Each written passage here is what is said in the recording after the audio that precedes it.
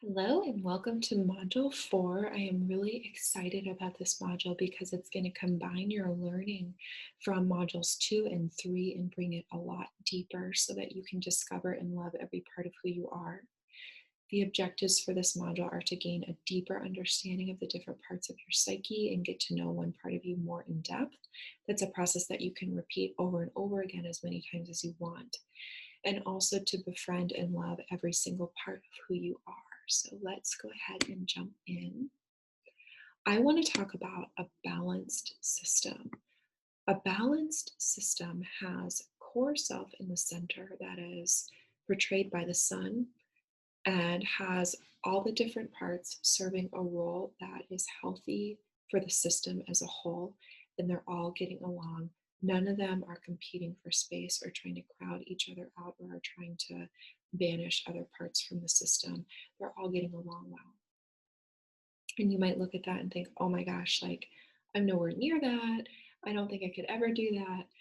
Don't worry, it's not something that we try to achieve and then we do it and we check it off a box and like our system is balanced forever. It really is an ongoing practice of how can I bring more balance to my system? How can I bring more core self into the center of my life and use that core self energy to get to know and love all the different parts of me? That's really what this practice and process is about. Looking at an imbalanced system, this one looks way more chaotic, right? There are parts that feel smaller. They might be like shrunken down or like pushed to the back. They're all competing for space. You can very barely catch a glimmer of that core self behind. Otherwise, all the parts are trying to run the show. They might have conflicting ideas about how to run your life. This causes a lot of inner tension. It might seem chaotic. And the reason why it's happening is you just have parts with different ideas about how best to help you that probably isn't working that well. So if that's the case, then bringing more core self energy into your life and getting to know these parts is going to have a really big positive impact on you. And that's what I'm hoping to equip you with the skills to do, at least to get started in this mini course. This is something that I go into a lot more in depth in my full length course, Inner Work School. That is my signature program. That is for those who are really excited to go a lot deeper with these concepts, people who feel really curious about going deeper and who have unanswered questions and want to use this as a life practice. But I'll talk about that a little bit more later. For now, though, I just want to introduce you to what a balanced system and an imbalanced system is and why our systems get out of balance. So, when a part is fulfilling a healthy role in your system, it's just a part. It's just a part of you that is functioning well for the system as a whole.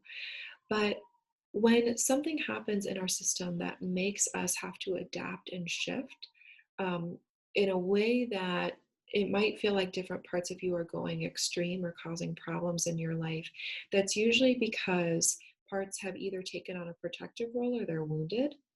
So the different types of protectors are either proactive or reactive. Proactive parts do things like make sure all of the things that we have to do this month are put on a schedule so we don't forget.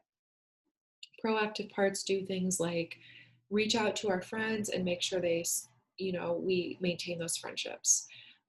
They do things like making sure that you study or finish your projects for work. That's not a bad thing. We need parts to do that. Otherwise, we wouldn't get anything done. But if those parts go so extreme that it's like all we can do is make lists, or all we're doing is studying, or like we're almost obsessively reaching out to our friends because we're afraid they're going to reject us, then that's usually a clue that that part is protecting you from something deeper. That's why it's called a protector. What it's generally protecting you from is a wounded inner child part that's carrying a burden from the past, such as like, I'm not lovable. So if there's a part of you that deep down feels like you're not lovable, even if your rational mind doesn't believe that that's true, then that can lead our proactive parts to do things like obsessively reach out to our friends or study too hard, to make sure that we achieve so that then we get love. if the efforts of the proactive parts work, the wounded inner child parts don't really get activated. But if the wounded inner child parts do get activated, then that's when our reactive parts come out.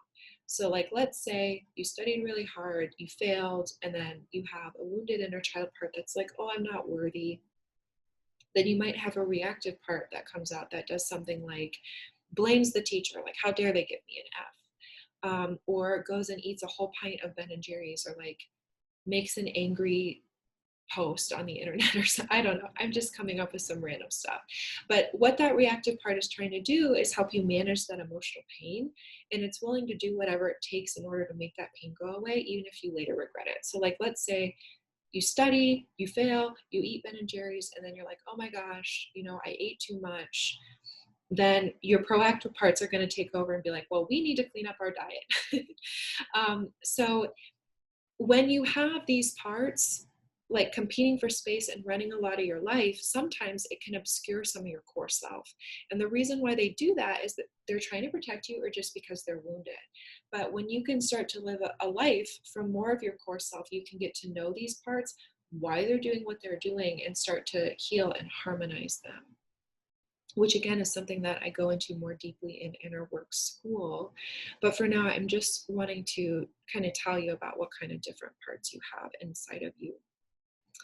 And in this module, we're going to get to learn a practice and a process for tapping more deeply into these parts and learning about them and why they're doing what they're doing through an experiential meditative journey.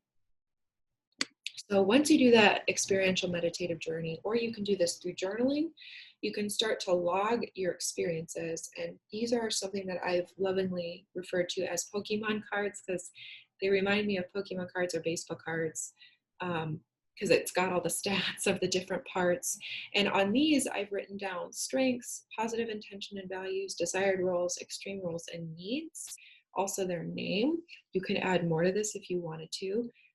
Just going over really quick, I want to go over the inner critic, because a lot of people have this, and this part gets a bad rap, because it can make us feel bad. But this inner critic actually does that because it's trying to protect you. So it falls into a lot of the times that proactive protector category.